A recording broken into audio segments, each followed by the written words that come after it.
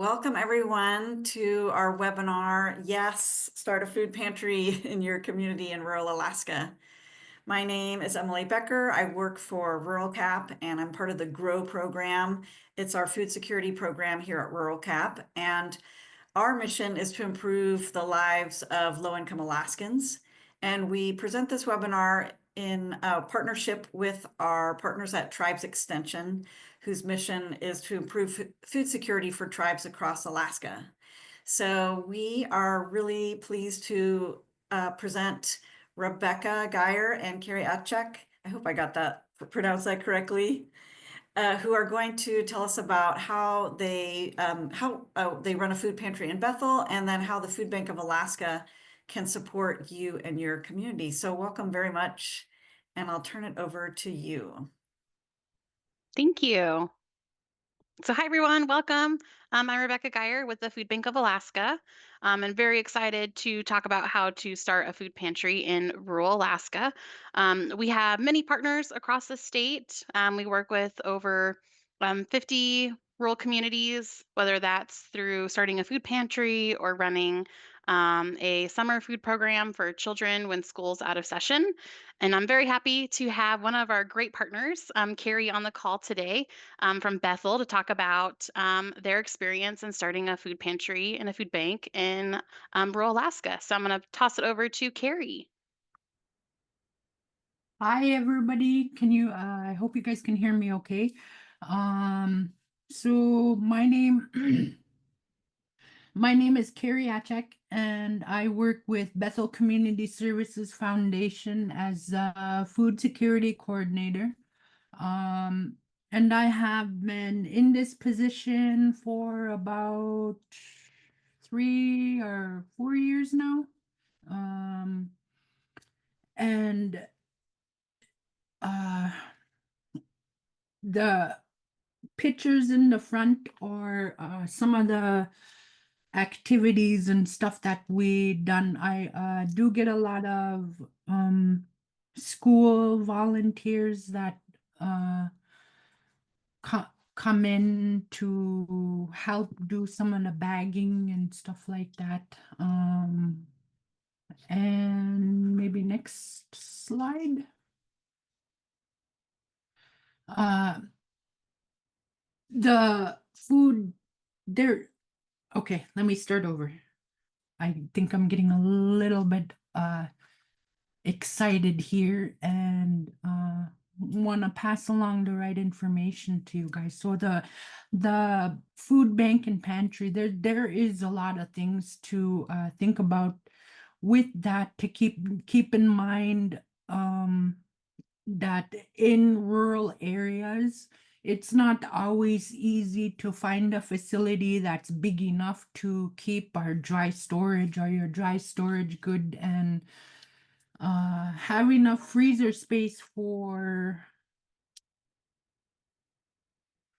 your freeze items.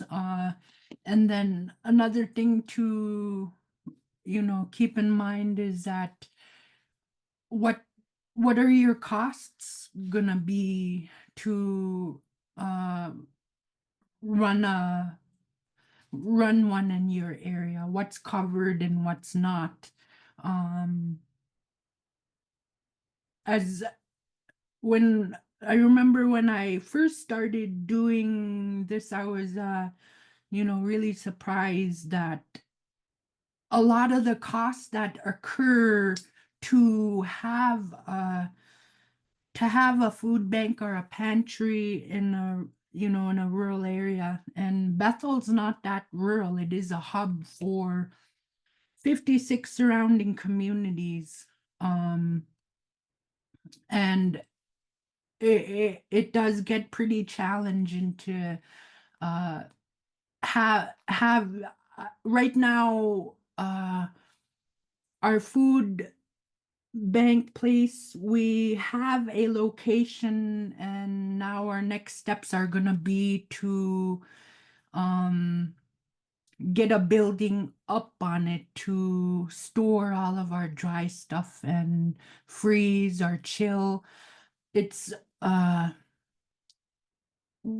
lot of the expenses we weren't covered on it, like the electricity or the stuff to have on hand. Don't really think about all of those type of things.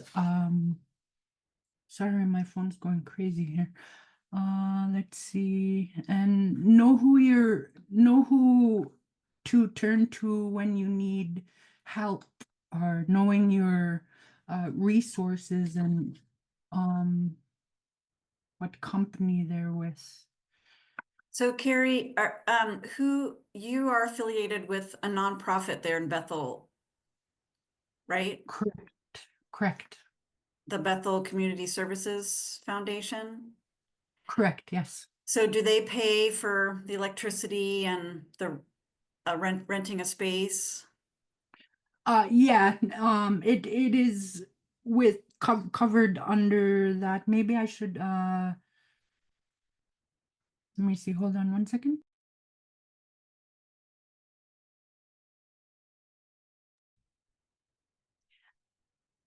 We have some partners also that apply for grants to help pay for the bills and the utilities. Sometimes if you're backed with like a good nonprofit, or even working like with the city or tribal office, if they have funding in their budget, they could put it aside for the upkeep and administrative cost of opening a facility, or even having it in their office. We've seen that before as well. Yeah, that most likely in smaller areas is probably how that's gonna work out. I know I had a lot of villages are looking to start one in their own community. And let's see. Maybe next slide, Rebecca.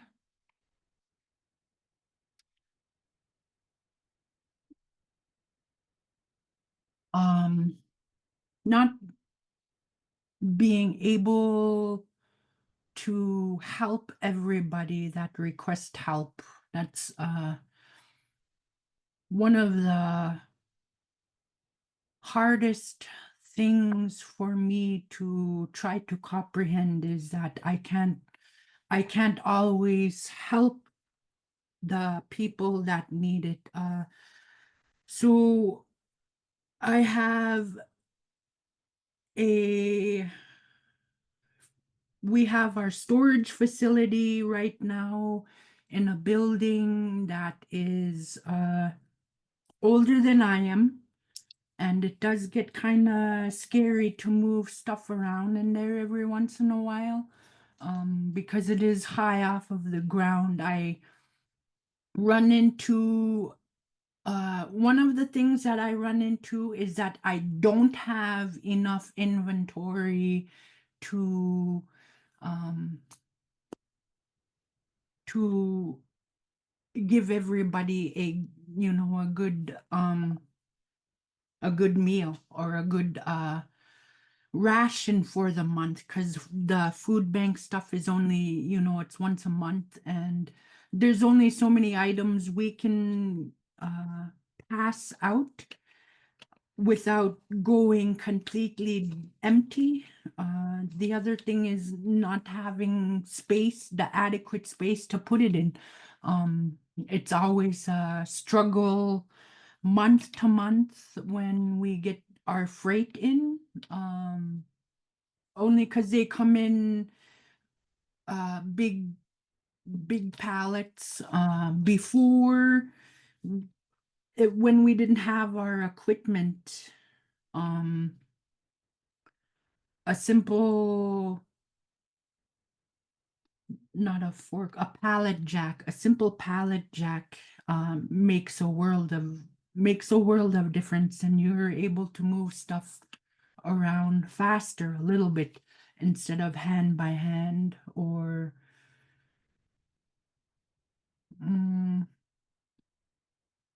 being in an area where when it comes to us, it doesn't always come to us fully labeled, and keeping an eye on, keeping an eye on your inventory of what comes in and what doesn't, knowing what to watch for, because it does, once it gets shipped from either Seattle or Anchorage, and then it has so many different handlers, and if the handler doesn't properly label it right, then it ends up sitting in a warehouse when it should be sitting inside of a freezer. That has happened to us a couple times where we did get shipments in, and they weren't properly labeled, and everything on that pallet and ended up being we couldn't use it because it wasn't safe to pass out.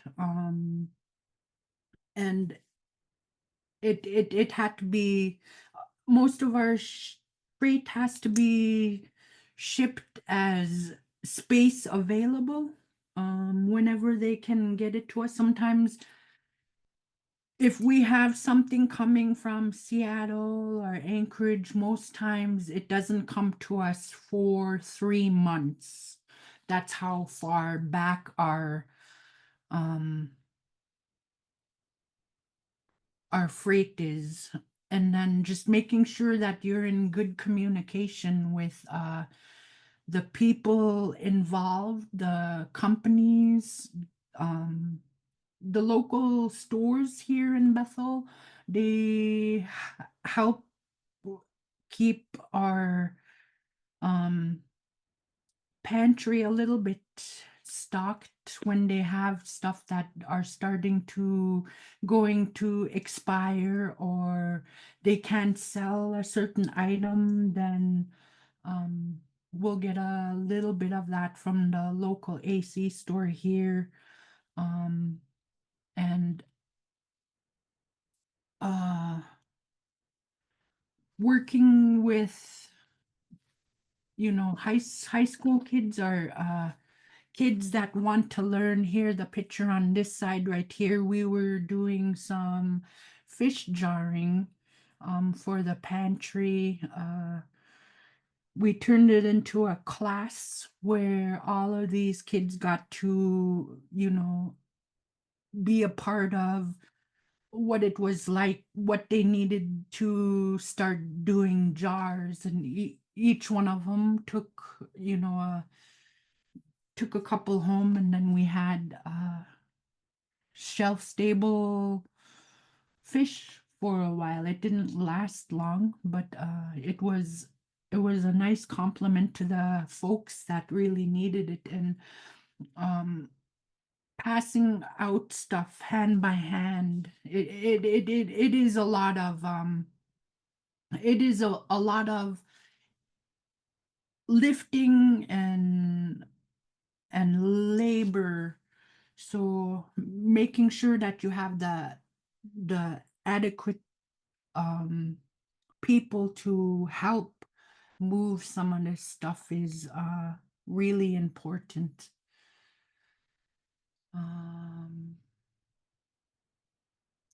And then here's a picture of the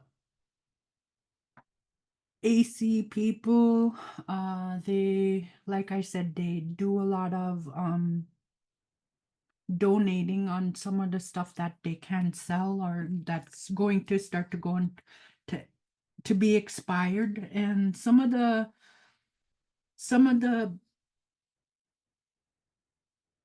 bigger villages like Atchak or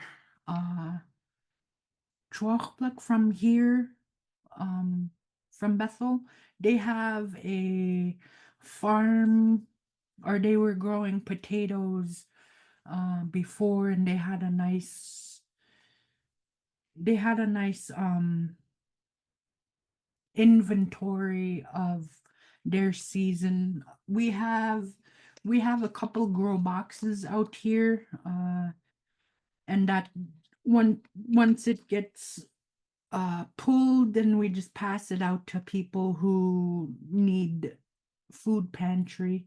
And then if you're in an area where, they have farming and stuff like that, would be good to coordinate with with the farmers or your local stores to see if there's something that they can offer at a low price, or even, donate some of that stuff if it can't get used. Um,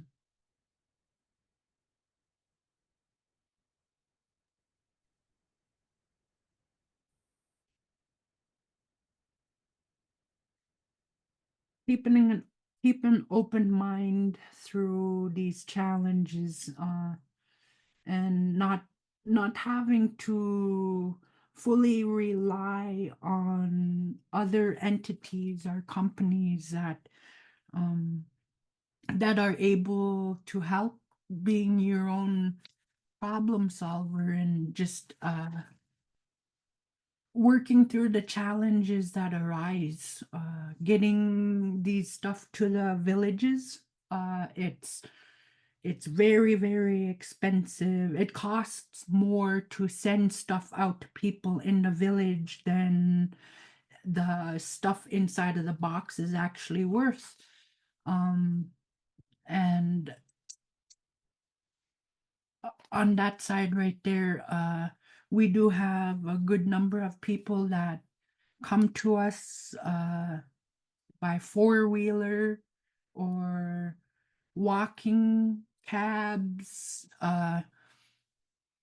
setting aside uh, spots for people to come and go to your premises very safe is another thing to keep in mind, is that for walkers we should have a designated spot, otherwise they're walking in line with the vehicles. I've had people come to the food bank and actually walk to the line and stand in front of a vehicle because they were next in line, and then a vehicle behind them came, and then they just slowly inched forward with the traffic moving.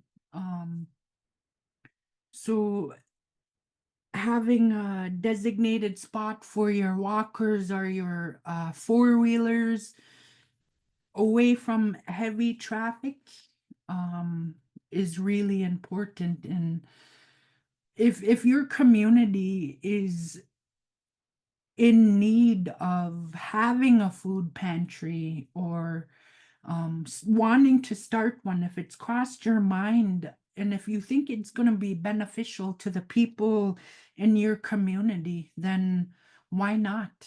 Why not start one? It will. Uh, when I first started doing the food bank, um, it, there was only 50 families that at first, the first year, and then after that it grew and grew. Right now, in this month in January, we started our registration in October, the 1st of October, and already we're up to 1,000 families here and that's just in Bethel. And then we also have about 150 to almost 200 in the villages, and there is a great need for it, for being able to give to somebody that needs the assistance, that needs the help. Sometimes it does get overwhelming, especially that feeling of, not being able to help them all, not being able to really help everybody. when I have people call from the village and say that they need food sent to them, we have some supplies that we can send to them. However, if they're calling from Guinahawk, then they're responsible for that freight from Bethel to Guinahawk. Most times, like I said, the stuff inside of the box doesn't cost as much as the freight does, and it just puts a very satisfying feeling to be able to help somebody, to be on the other end of that, phone call when somebody says that they need food sent to them, and when they receive that box, even how small that box is or whatever it is that they receive isn't enough to really do anything. You can just hear the gratification come from them. And a lot of this frustration with people in the villages is, they're in a spot right now where the stores in their villages don't have the inventory to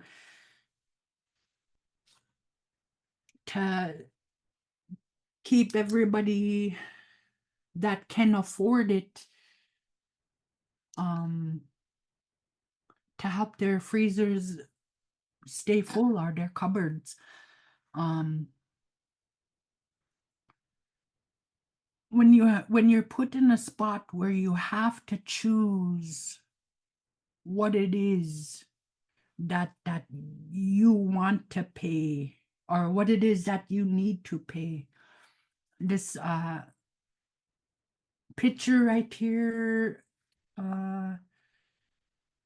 with the fish hanging, my youngest girl, she's gonna be 12, but when she was 4, that's her right there. She was so happy and excited that she was gonna help us.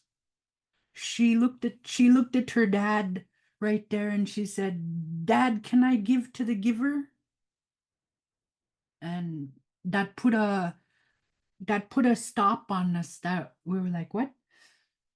Can I give to the giver?" She wanted to be the person to pass the fish, to hang, so that we can hang it up. And just that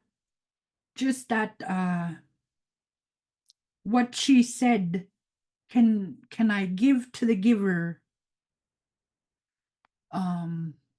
It takes a lot from somebody that needs help and they don't feel like they're getting the help that they need, or they don't feel like they're being heard, is the biggest thing.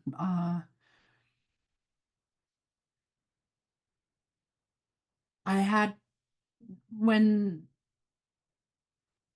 I first got with my husband, we had a job where our monthly income that we got was $600 a month. $600 a month. And then there was only 4 of us at that time.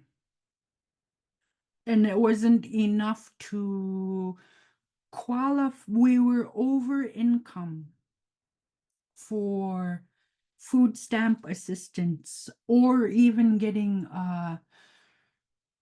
free or reduced meals from the school. When you're on a very, very limited income, $2.50 a day doesn't seem like it's very much.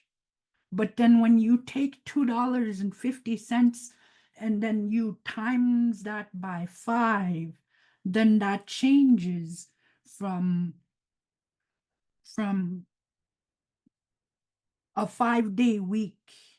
And we had two kids in school at $2.50. That was $5 a day. At the end of the week, that was $25. Now that doesn't seem like very much, but then when you add it up and add it up, at the end of the month, it changes a number from $25 to 125. And when you're on a fixed income where you can't, we were stuck paying for fuel that took every single dime that we made just to stay warm. We didn't have food stamps. We didn't qualify for food stamps. And then if they weren't eating at school, then they'd come home hungry. And all I had to give them was cup of noodles for months. Me and my husband, we didn't eat only when we couldn't, almost to where our stomachs couldn't take it, almost feeling so nauseous from being hungry, but there's nothing inside of your belly to let up. It's a hard feeling, and it's embarrassing when you can't take care of your family the way that you want to, or as simple as having to pick and choose who can get what is hard when you have a big family. And then they're thinking, well, why did my sister get this and I couldn't get this? Well, I'm sorry, we couldn't, we had to do things one at a time. And there was one person, when one of my children had she needed new shoes. Her shoes started to talk. She came to me and she said, "Mom, my shoes are talking." Because at the roof of it, whenever she walked, it would go like this. It made it look like it was talking. "I need new shoes. They're talking back to me," she said. So we went to the store. She picked out her shoes, and that ended up being, $50. And then the younger one, started saying, "I want, I want, I want." And of course they have, you can't get something for one of them and then leave the other one out. Carey, couldn't- thanks for telling us this. I feel like these are the stories that we need to hear, and that I hear from the Food Bank of Alaska all the time about the great need in rural communities. So how do you reach out? Like, what are the resources that we could get, that people could get from the Food Bank of Alaska where they could start helping their community? that change does start with us. It's gonna start with you people in your communities. If you thought about doing a food bank or a food pantry in your area, then there's a reason why it is thought that you thought to do it. And if there is that reason why that you thought to do it, then it's got to be that it's going to be beneficial to the people in your community. Because right now, the people that are suffering the most from this are our elders and our young children. They're the ones that are hurting the most. Not being able to concentrate when you have an empty stomach and you're trying to concentrate on schoolwork at school puts a toll on kids.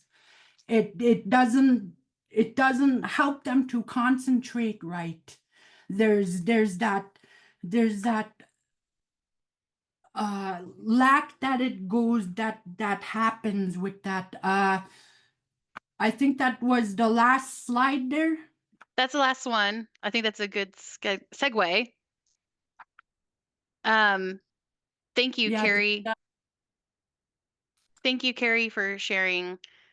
Carey has such an important story, and it's very emotional when we talk about people that are hungry and how can we help them. Um, and at the food bank, that's our mission, is to help make sure no Alaskan goes hungry. And we can't do that without our volunteers and our partners. And Carey is such a wonderful person and partner of ours through Bethel Community Services Foundation. So I'll kind of go over how Food Bank of Alaska can help you get started on a food pantry. And one of the big ways is to partner with us through the Emergency Food Assistance Program. This is a program that we partner with Carey and Bethel on. It provides food for free and includes shipping to your community. So we work with either a nonprofit, a church, a tribal office, or a city office, where we get food from farmers in the US. USDA purchases it. It comes up to our food bank here in Anchorage, and then we work with our partners to distribute the food to them. Once they receive it, which is usually on pallets and it's in cases, we cover the shipping. Then the partner stores the food, handles all the distribution to those that qualify for the program, which we'll go over kind of more in detail in the next slide. The next one is our co-op program. This is a new program that we just opened up in the last year.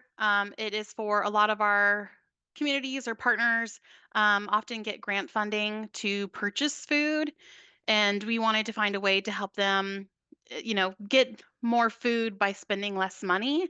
So we work with a lot of vendors in the lower 48 that provide us with really good pricing. We get donated shipment from Tacoma to Alaska, and that's like the most expensive, getting it to Anchorage. So if partners are interested in like buying things in bulk, that also helps relieve a little bit of pressure on local grocery stores. Sometimes they don't have the inventory for a community to come through and clear the shelves. For instance, we also work with like the AC stores as well. Um, we get grant opportunities here at the food bank that we try to push through our network, whether that's for capacity building or food purchases or starting a new program. There's lots of opportunities through Feeding America, which is the national hunger organization in the US. And then we also sometimes get opportunities from the state of Alaska. And those opportunities mostly come from a lot of advocacy work that we do through the Alaska Food Coalition. The Alaska Food Coalition is a network of agencies, whether our partners or other organizations in Alaska that want to advocate for hunger relief. It's a great coalition. They get together once a month.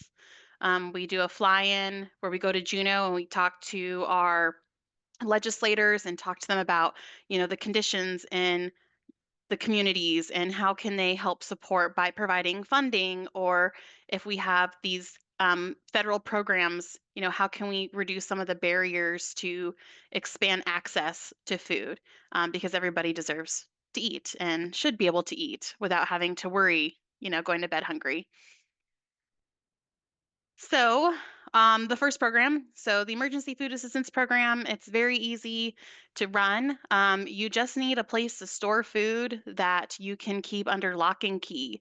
So whether it's a small closet or a pantry in a church or an office, just somewhere where you can store food and apply through us. There's an agreement. You have to get a food establishment permit, which is pretty easy. That's also free. We provide all the necessary training. Once the food comes to us, we would send it out to your community. Bethel's unique, where USDA pays for the food to go directly from Seattle, Tacoma to Bethel, so it bypasses our warehouse. Most communities, the food comes here, and then we ask you what you want from an approved list of items. We get mainly dry goods, so like your canned meat, vegetables, fruit. Sometimes we'll get cereal or like oats. We do right now have a lot of freeze, so we'll get frozen meat. We're getting a lot of frozen berries. Um, we'll get pollock, pork, chicken, and right now they're piloting fresh produce, which is pretty awesome, but it comes from, California. So by the time we get it, sometimes it's not always great to send out. By the time it gets to a community, it might already be, a couple weeks out. So we're still trying to work on the fresh produce side, but it's just a great opportunity to get free food for your community. There's monthly reporting to Food Bank of Alaska, but it is very simple. It's just keeping track of the items that you receive and what you're giving out. Um, this is an income-based program, so people do have to fill out an application once a year, but there's no requirement to show proof of income. So it's all self-declared. So the biggest thing is just have a place to store food, obtain food safety certification, which we offer a free class, and then just have someone willing to handle the applications and sending the monthly reports into us. It's very easy. If anyone is interested, I can connect you with our coordinator on this program, but it's the easiest program that we get into rural. We have about 45 to 50 um, rural communities that participate in this program, and it's kind of the starting point in starting a food pantry. Once you get this going, then you can make your connections with your local grocers or farmers, and then start collecting donations from the community, and even reaching out to local companies or organizations that can help with grant funding to help run your facility if you have to, look at a separate distribution place that's separate from like your office or your church or whatnot. So our co-op program, again, it's a separate agreement. If you're interested in purchasing food, you can purchase food by the pallet. Um, there's just a small fee from our vendor to Tacoma. It's very cost effective. Um, Again, we get donated shipping from Tacoma to Anchorage. We store the food here at our facility, and you can order it whenever you want, but you would have to pay the shipping from Anchorage to your community. But if you have a big grant, I know the state of Alaska just came out with a big grant um, last fall, um, and a lot of people are looking to collect all the food and, be able to spend their dollars cost effectively and allow them to distribute more food. So it's a great opportunity there as well. You don't have to be a partner of ours to sign on to this program. It is a separate agreement, but it's just one of the bonuses that we get good pricing because we are a food bank. Other ongoing support and grants. So we do all the training that you would need if you need support, check-ins. Sometimes we're out in the communities, especially in the summer. We have a child nutrition team that is always looking for sites to help feed kids in the summer. They're also like wanting to go out and talk with people. And just whatever you guys would need support, we would always be there for you to help guide you through starting a pantry, signing on to one of our programs. And if we get any grant opportunities, like we'll definitely push that out to our network. And if you need help applying for grants, that's something that we can also provide. We want to help support you all and getting food to your communities. And right now we have a lot of food, so it's very easy to try to sell that message. Um, yeah, that's a basic programs that we run out in rural. But again, reaching out to local farmers, grocery stores, and finding that extra support. It's nice if you already have a backing of an organization or a nonprofit that can help you start this up. Sometimes it's hard to find volunteers in the community, but you can always work with youth. I mean, youth are always, looking for something to do, and just getting people involved it starts to grow once you get the word out and spread the word. A lot of communities are willing to like, okay, like we're doing this, like we want to get involved because it means a lot and they want it. So just being open and not being afraid to ask for help, I think is like the biggest thing here. Um, That's all I have. If anyone has any questions that I could answer or answer on behalf of the Bethel Food Bank, um, let me know. Yeah, feel free to unmute yourself and ask any questions if you've got one right now. Yeah, I'll leave my information up on the screen for a few minutes if you guys want to take down our emails or phone numbers. If you're interested in the programs that I mentioned, we can definitely connect and I can set you up with our coordinators. This is Zita Tekirak. I'd like to get your card or your information emailed to my email address, and I'll put it on the chat. Yeah, that's perfect. I did have questions regarding the food bank in Bethel, if it, which organization it was affiliated with, because Uh, most of the villages are under ABCP contract. And I know some villages are on their own.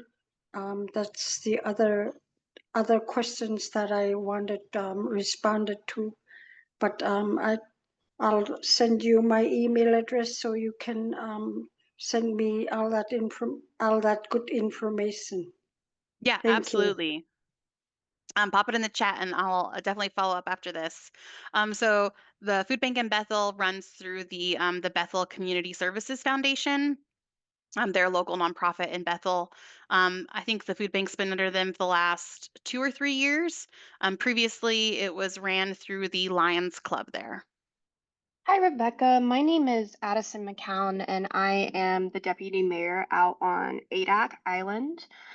I have a couple of off-the-bat questions, but I definitely would like to continue our convo via email. So, in thinking about like case-specific needs for Atchak, I mean, we're 1,300 miles from Anchorage. We get 2 flights a week to the island. What when does your freight system include Alaska Airlines, or are you only specifically under an MOU with like some of the smaller airlines? So it depends on the community. So if we have about 13, what we would call like our direct ship sites Yep. that USDA pays for, it goes directly from Tacoma to the community. Bethel, Dillingham, Kodiak are some of the examples. A lot of Southeast communities. Okay. For those that get food directly from our food bank, we partner with all the big airlines. Okay. We send a lot of food via bypass because it's cost effective. So we work with Everett, Linden, you name it, we'll probably do it. Depending on like our partner needs, normally our partners will order like once a month. It might take a couple Hmm. months, but we can definitely build up like the amount of food that you're able to get and try to keep those regular shipments coming, or send you more if you only accept shipments within a certain time frame. That makes sense. Yeah, we only get planes Wednesdays and Saturdays, so it would take some logistics coordinating, but nothing I don't think either of our organizations could handle. Yeah, Um, we have a logistics manager. That's his headache. I let him deal with that. Beautiful. And then my second question was, does the Alaska Food Bank have experience working directly with cities? I mean, we out here on Adak, we're way west, right? We're the westernmost civilization of the United States. We don't have a Lions Club or a community coalition. It would be working directly with city admin and city council. Is Mhm. that clear? Is Yeah. that an okay? Okay, awesome. Yep, that is absolutely okay. Just again, like the most important thing is just having a secure, safe place to store food, Yep. making sure you can get a food establishment permit, a food safety certificate, and just being open to the public. Anyone that qualifies for the program should have access to the food, not putting any restrictions on who can access it because it's a federal program, so we have to Yeah, follow their regulations as well. that makes great sense. And then my last question, sorry to hog your Q&A, but when we are, I'm inspired by the fish canning and putting on that as Carey did in Bethel. I think that's a great idea, but do you have, are there further regulations about like wild caught game that we have to adhere to? There's no like regulations. I think for us at Food Bank of Alaska, like we recommend like be careful, like if you Mm-hmm. you know accept game directly from the source from a food safety standpoint, just because you want to make sure like how the food was processed, when was the animal diseased. So when we're accepting donations at our facility, we try to make sure everything's been processed by a licensed processor. Um, but out in rural, if you guys know, all the information, it's from a trusted source. It's not too big of a concern. We do have a lot of food pantries around the state that collect canned salmon or even like caribou and moose and whatnot. Yeah, that's what I was thinking. Tourism is our main economic driver, and we get a lot of times, people who come out to hunt caribou and then only want to pay for 250 pounds on the plane. Okay, well, I have two legs that I don't want to take. I'm just thinking further along the lines of how to diversify some of what we can offer our community. So Yeah, absolutely. good. Okay, great information. Thank you. I'm gonna Yeah, also drop my email in the chat, and we can continue via that avenue. absolutely. Thank you. Thanks, Rebecca. And Addison, I think I answered your question in the chat, but Tribes Extension does offer food preservation classes. And we'll even come out to villages and, work with local educators and do a food preservation class like on canning, and can bring equipment and everything like that. So I do encourage people to reach out to them. The link I shared there, you can sign up and ask for a workshop. Yeah, thank you. I saw that link. I want to click more than three options, but that's a great start, and I think we're definitely interested in pursuing that too. So, and then forgive me, Emily, that would be more of your organization that runs those classes separate from Food Bank of Alaska.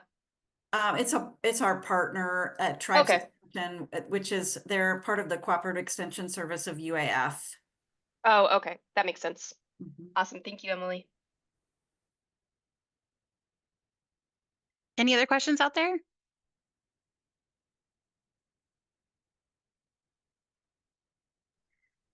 Rebecca, I see King Cove has left their email for you also, I think. I'll make sure you get that. And so if someone's like, where do I start? How do they start? I would recommend reaching out to us. We can get the ball rolling. Um, with the TFAP program, that's like the easiest way. Just opening that conversation with us, and we can help support you to make sure that you have the ability to store the food, receive the food, and receive proper training.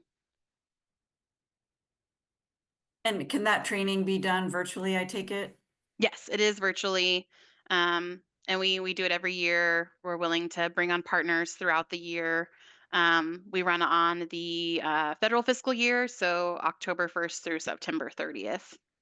But anytime anyone wants to start, we're happy to have those conversations.